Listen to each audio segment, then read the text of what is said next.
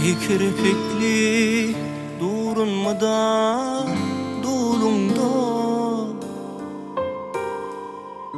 Canan bolma can vermesin uğruna Aydınıyla giden yolun uğruna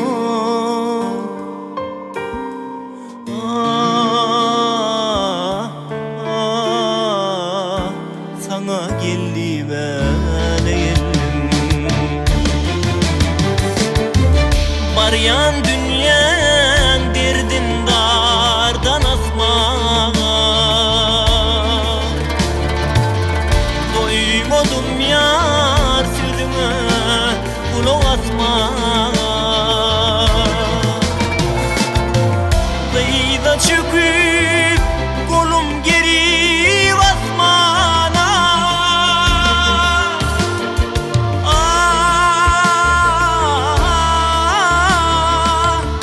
Sana gol vermene geldim Sana gül vermene geldim Sana gelmene geldim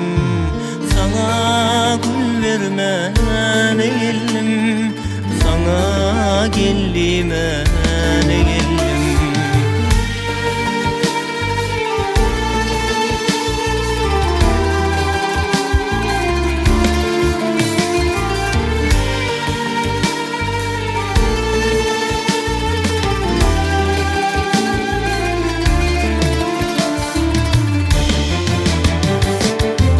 Varyan dünyan derdin dardan asma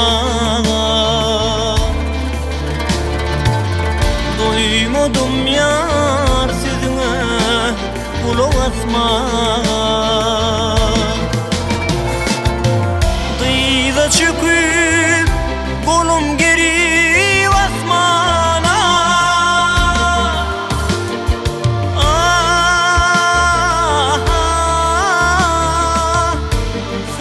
Gol vermene geldim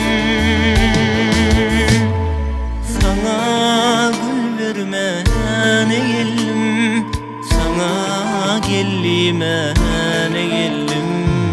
Sana gül vermene geldim Sana gelmene geldim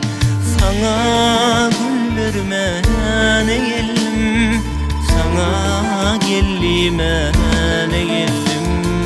Sana gül vermene geldim Sana gelmene geldim